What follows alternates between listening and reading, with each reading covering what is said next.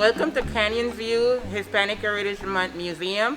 I have a few people to thank because all of the items that you're going to see, they have been donated by people from different sections of the school and from other schools. The pieces that you're going to see are from different countries and different regions of South, Central, and North America. Right here we see traditional pot from Central America. This is from Panama. This is an art piece from Panama. This is a pataconera. It's a plantain smasher. Puerto Ricans call it tostones, Panamanians call it patacones, different regions call it different things, but we specifically use it to smash a fruit that is related to the banana family. Wine bottle holder from Honduras. The scrubbing board, especially many years ago when we didn't have electronic devices, the scrubbing board was very traditional in Hispanic countries to do their laundry. This piece that you see here, even though it might look pretty simple, it is also a laundry item. People from El Salvador use this bin. They take it to the river, wash their clothes, put their clothes right back in it, and put it to dry.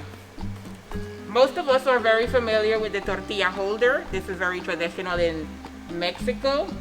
And we have the famous Mexican candies. They are usually very spicy. Kids from the time they are 1 year old, they learn to eat very spicy because their candies are coated in chile rojo. Now, this is the kitchen. I call this area the kitchen section. Welcome to a traditional Mexican cocina, kitchen. We have this pot here that they use it for what they call café de olla, which is coffee, or they also use it for chocolate. And this piece here, as you can see, is very intricate. You just spin it in the pot, and that's how they stir up their coffee and their chocolate. Nice pitcher, keep water cool and nice. This is Miss Renteria's pottery. She uses this to cook on a daily basis, and it's made out of stone, very fancy. Keeps an even consistency when you're cooking with this pottery. So this is actually Mrs. Renteria's pottery, and she uses this weekly in her kitchen right here. So it's lovely. I love it. This is pretty heavy.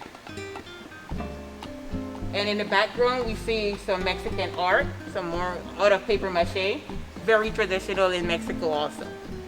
Welcome again. This section is graphic design, specifically art created by students at Canyon View Graphic Design Program. Most of the students are in Ms. Moore's class, so thank you.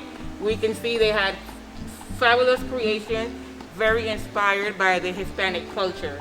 This section, we have a lot of different literature books from Hispanic countries. This is a very special Spanish book. We don't see much of these anymore. It has some years, but it really taught a lot of students how to speak Spanish.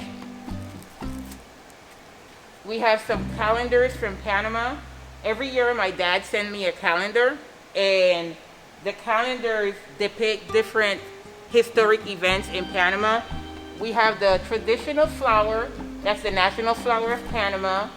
This is called the Águila Arpilla, which is the eagle, that's the national bird of Panama.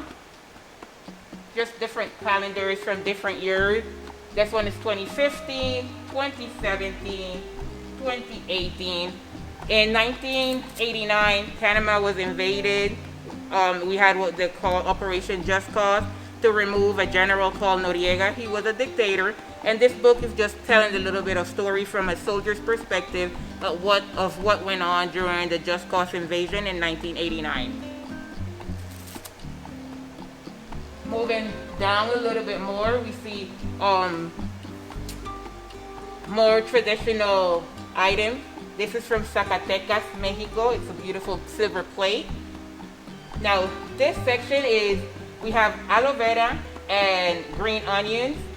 The aloe vera is very traditional in most Hispanic countries, but one key to know when I was doing my research, Aloe vera was first used in Egypt. The Egyptians found many benefits, and from Egypt it kept migrating to different parts of the world. The green onion, very traditional in Chinese cuisine, but Chinese have a strong influence in Hispanic countries. I know specifically in Peru and in Panama, the Chinese community are very influential in part of our culture. So that's why we have the green onion here. And this green onion is literally, I use this in my kitchen. I bought it, snip, put it in water.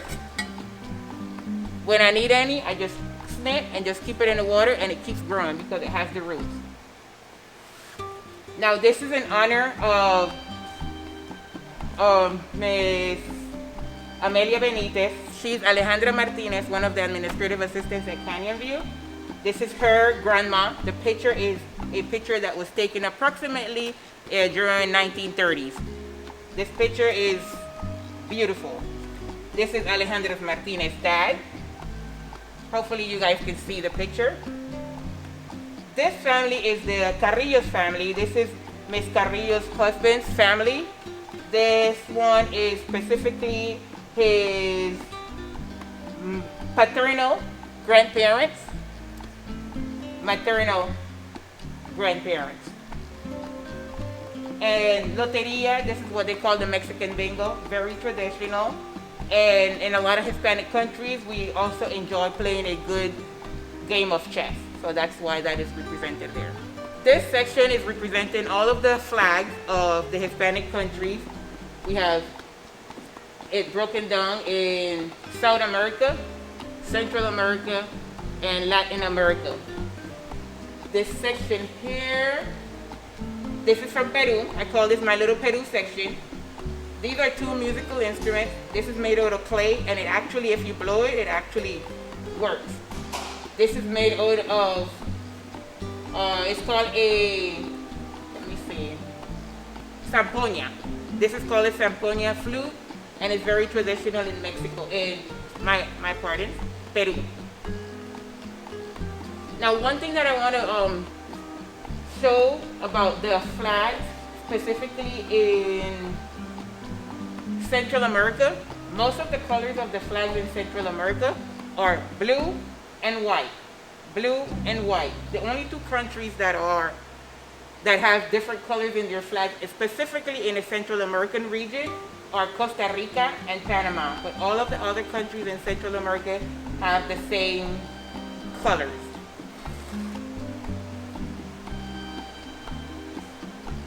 Now, Colombia and Panama. This is from Colombia. This is from Panama. This type of art is called mola. It's made specifically of layers of material, one on top of the other, sewn by hand to create beautiful art. One thing that I want to mention about this art is that this is by the Guna tribe in Panama, the Kuna tribe in Panama, and the Colombians. Panama and Colombia shares the same tribe, so it's the same exact tribe, but it's just some of them live in Colombia, some of them live in Panama, and they both do this beautiful artwork called the molas. Molas standing for molds. A little bit more of Panamanian art. I want to showcase this. This is the Diablitos. The Diablitos Sucios are very traditional. It has a very religious background.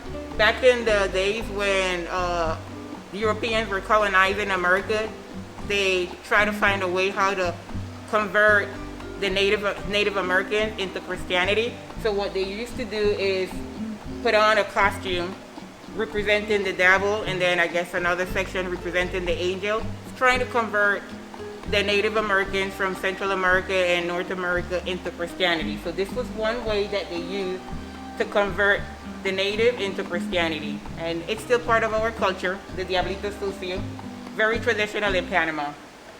This is more or less, I hope you can see the picture. This is the men fully dressed in the costume for Diablito Sucio.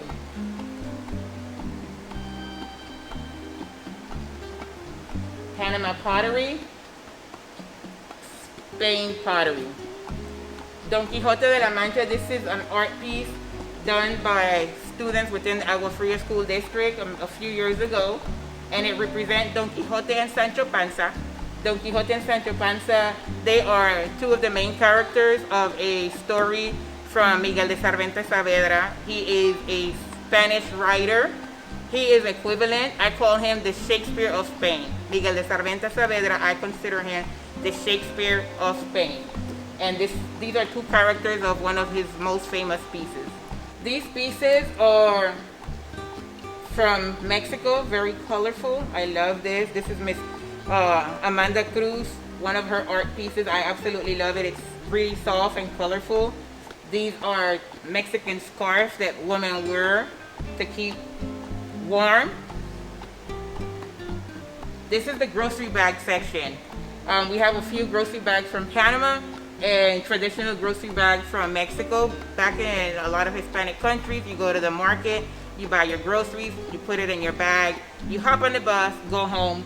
This is one of the traditional bags. I actually grew up seeing my mom using grocery bags similar to that, going to the groceries and picking up her items. Now this section has some beautiful Panamanian and Mexican outfits. This is a pollera blouse and a nice little montuno skirt, very traditional in Panama. This whole piece goes together, the hat, the shoes, and the outfit. This piece here is a Mexican outfit. This is a beautiful skirt with the beautiful colors, very eloquently embroidered, as well as the little girl's blouse with rich lace. One thing that I want to mention about the Hispanic culture is that when we design our costumes, our traditional outfits, most of them are very influenced or richly influenced by a lot of flowers. Most of these art pieces that you're going to see, they have some type of flowers embedded into their textile. Right here we have a blouse from El Salvador. Salvador country, they love to use birds. That's one of the things that you would see very characteristic of items from El Salvador when it talks about clothing. This is from the Guaymi tribe. These points represent either volcanoes or teeth. Guaymi tribe is from Panama. This is a traditional dress from Mexico or Guatemala. When I purchased this dress, they said that it was from Guatemala. I haven't really found anything that specifically says that it is from Guatemala. So I'm thinking that this is probably within the border of Guatemala and Mexico. They share similar cultures. So this dress, I classify it as a Mexican/Guatemalan dress. Now this one for sure is a Mexican dress. And it's from the region of state capital of Coahuila de Zaragoza, which is an area in Mexico. As I mentioned, rich flowers. This is a Colombian, this dress is a traditional dress for 3 different countries. Colombia, Venezuela, and Ecuador shares the same national colors, so that's why this dress is a little girl's dress and it represents those 3 countries. Another piece of item. This is another full Panamanian outfit. You can see the rich lace with the red shoes to match it. Beautiful Mexican dress with the boots. I want to showcase the boots. It's such a beautiful outfit. And lastly, this is the men's section. A couple of pieces that men traditionally wear in the Caribbean. We consider this like the men's suit because suits are very hot and warm, but these outfits are very dressy. People use them at banking events, business, parties, weddings, because they're very elegant, but at the same time, very cool. This is a traditional guayabera. People from Colombia, Cuba, Costa Rica, Panama, pretty much most of the region in Central America and the Caribbean, we use what we call the guayaberas. They're traditional because they have either 2 or 4 pockets, and they have this nice little button. Very characteristic to have the stripes sewn on. and rich embroidery. This is another formal. It looks like a simple blouse shirt, but it's not. It's very traditional in Panama. Men wear it as their formal attire with black slacks.